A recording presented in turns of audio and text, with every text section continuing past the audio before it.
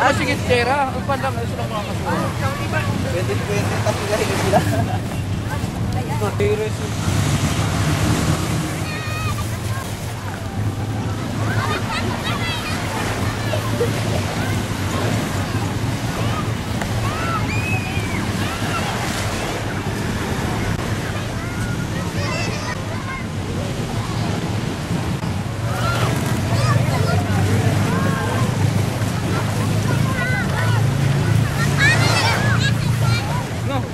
Kaik si kita.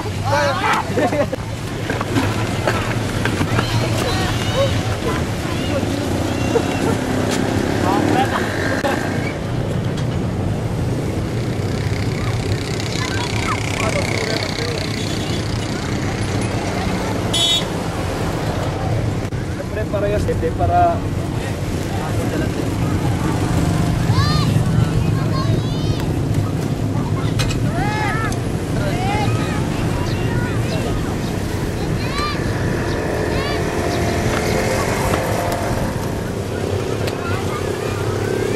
at Kilelente kay Miraele kay Yapun kaya kita mo nagpo sa limang kuwari. Hey, may i-share. Okay lang. Baka nyo na lang ang sobra.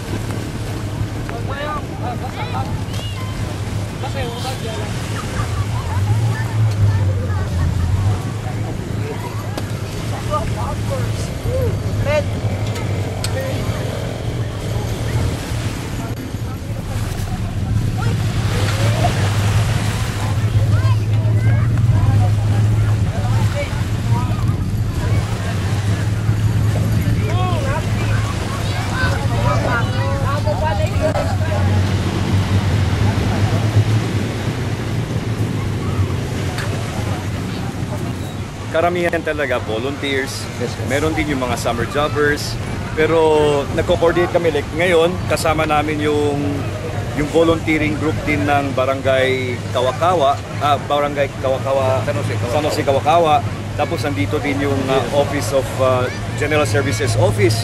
Nandyan din kasama din yung OCENR. Lahat naman talaga, we have one goal, and that is to try to revive the old beauty of Kawakawa and to make it more friendlier to the people who will be going here.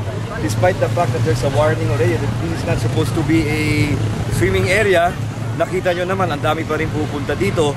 So what we do is, we try to clean it along. That's the least that we have. But we also have resolutions. Like last 2 weeks ago, I passed a resolution in the City Council requesting the City Police Office, requesting the implementing arm of the city government to strictly implement the anti-littering law. Kasi pag na-implement mo yan, medyo huhulihin mo talaga, tapos pe-penalize mo yung mga violators, yung nagtatapon ng basura kahit saan-saan lang, then that will serve as an example for all the rest. So it will be like a deterrent because they know that the government is now really implementing the anti-littering law. We can start it first because as you know naman, malaki yung Zamboanga. So we could start it first dito sa Kawakawa because this is where they really throw their garbage most of the time, especially the promenaders. Pag pupunta sila dito, gabi, kumakain sila, umiinom sila, kumakain ng balot, pagkain, barbecue, lahat tinatapon dito. So, we can start here. Pag nakita nila na talagang seryoso tayo doon, dito, lalo na dito sa Kawakawa, surely yung next time around na nandun sila, babalik sila dito, hindi na sila magtatapon ng basura kahit saan-saan dahil alam nila pinapenalize yan at saka seryoso yung gobyerno. E tignan nyo naman yung mga estudyante. Every Saturday, may mga volunteers tayo. Last time, yung mga taga Jesus Christ of Latter-day Saints at saka yung Coast Guard, nandito din sila naglinis. Yung SK, paminsan-minsan, sumasali din sa atin. Yung mga motorcycle clubs, sumasali din. Tapos kinabukasan, 2 days after, makita mo, madumi na naman. So, masakit yun para sa mga tao na tumutulong dahil pakay natin maganda para sa cleanliness at saka environment ng Zamboanga City. Pero the next day or 2 days after, para bang all the effort that you've exerted, kaya lang kami, parang wala na naman. So, we need to give lessons already to people. We should really penalize them if they dirty this place. Ito na yung actually one of our last, because we're going to have our last next week, yung final cleanup namin. We should be joined by a lot of groups. Pero we are going to make sure that the implementation of that anti-littering ordinance will take effect, especially here, dito talaga sa Kawakawa, because this is a show window of Zamboanga. When people look at Kawakawa, wala na nga yung binta kasi akala nila maraming binta yung Zamboanga. Tapos makita pa nila na medyo madumi yung beach natin. Hindi naman kasalanan ng gobyerno. Kasi yung gobyerno araw-araw, yung GSO o CNR, nagpapadala ng mga tauhan yan para maglinis dito. Ang problema talaga yung mga tao walang disiplina. Sa Chabacano pa, sinigit mga hente, kutsino ngayon. No hay kooperasyon ng gobyerno. Pimita reklama kay Masusyo el Zamboanga, Masusyo el Zamboanga. Kaya bata si Masusyo? Sinigita mga hente talimpia. Ang problema lang, después de cuánto ora, tali lang siyempre mga auto, tabutan ng basura.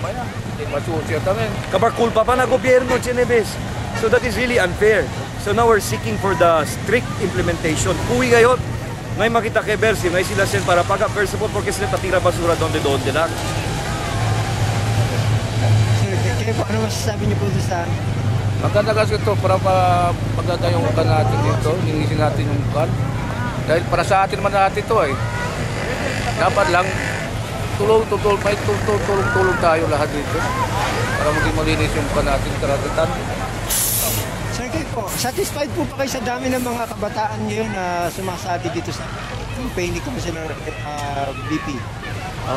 Satisfied pero kailangan pa more cooperation pa sa mga bata para mas aware sila na dapat mag-alaga sila ng ecosystem natin, itong beach, mahalin nila. Sir, hindi lang yung puro, kailangan mag-invite pa ng mga teenagers. So you're inviting all of them? Mag-invite pa kami ng todo teenager pa para magkaroon sila ng awareness. Ito po bang mga ito, mga taga-Kawakawa lang po ba ito o meron yung mga taga area? Tiga iba-ibang area to na dito ngayon. Meron dito tiga ibang barangay. Opo. Nag-aalis sila ngayon. O-operate sila dito. Tumutulong para ilinisin. May mensahe pa po kayo ba, sir? Wala na. Salamat po, sir.